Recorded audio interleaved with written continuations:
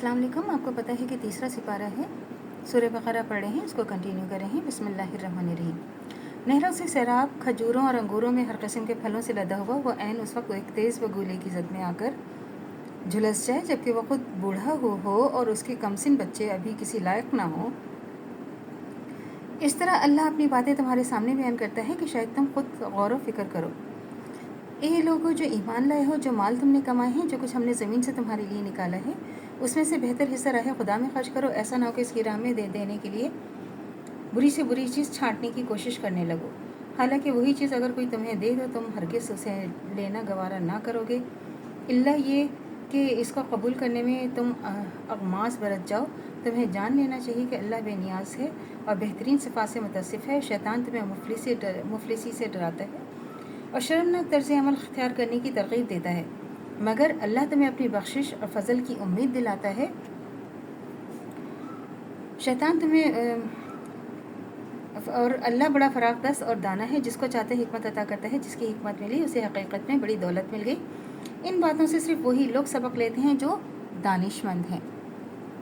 यानी अगर तुम ये पसंद नहीं करते कि तुम्हारी उम्र भर की कमाई किसी ऐसे मौके पे तबाह हो जाए जबकि तुम उससे फ़ायदा उठाने के सबसे ज़्यादा मोहताज और असर नो कमाई करने का मौका भी बाकी न रहा, तो ये बात तुम कैसे पसंद कर रहे हो कि दुनिया में मुद्दतुल उमर काम करने के बाद आखिरत की ज़िंदगी में तुम इस तरह कदम रखो कि वहाँ पहुँच कर यकायक तुम्हें मालूम हो कि तुम्हारा पूरा कारनामा हयात यानी कोई कीमत नहीं रखता। जो कुछ तुमने दुनिया के लिए कमाया दुनिया में ही रह गया और आखिरत के लिए कुछ कमा कर लाए ही नहीं।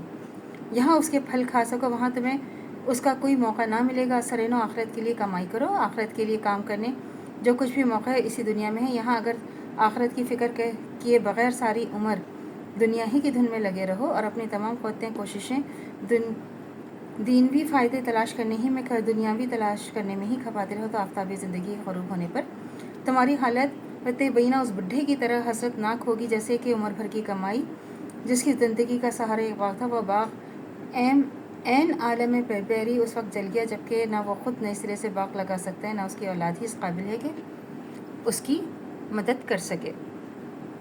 और ज़ाहिर है कि जो ख़ुद आला दर्जे की सफ़ात से मुतसिफ़ हो वो बुरे औसाफ रखने वाले को पसंद नहीं कर सकता। अल्लाह ख़ुद फ़याज़ है, अपनी मखलूक पर हर आन बख्शिश और अता के दरिया बहा रहा है। किस तरह मुमकिन है कि वो तंग नज़र, कम हौसला, पस्त अखलाक लोगों से मोहब्बत करे।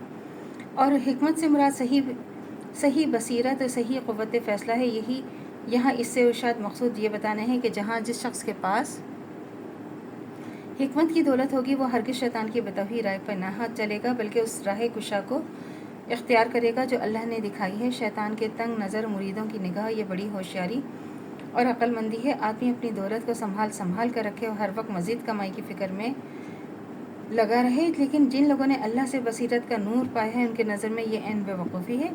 हिकमत और दानाई उसके नज़दीक ये है कि आदमी जो कुछ कमाए उसे अपनी मुतवस्सित ज़रूरियात पूरी करने के बाद दिल खोल कर भलाई के कामों में खर्च करे। पहला शख्स मुमकिन है कि दुनिया की इस चंद रोज़ा ज़िंदगी में दूसरे की बनस्बत बहुत खुशहाल हो। तो अल्लाह से दुआ करनी चाहिए जो हमारे ईमान मरते तम तक कायम दायम रहे, ख़ात्मा बिलखैर ईमान पर हो। इजाज़त दीजिए, अल्लाह हाफ़िज़। मेरे चैनल को लाइक कीजिए, शेयर कीजिए, सब्सक्राइब कीजिए। शुक्रिया।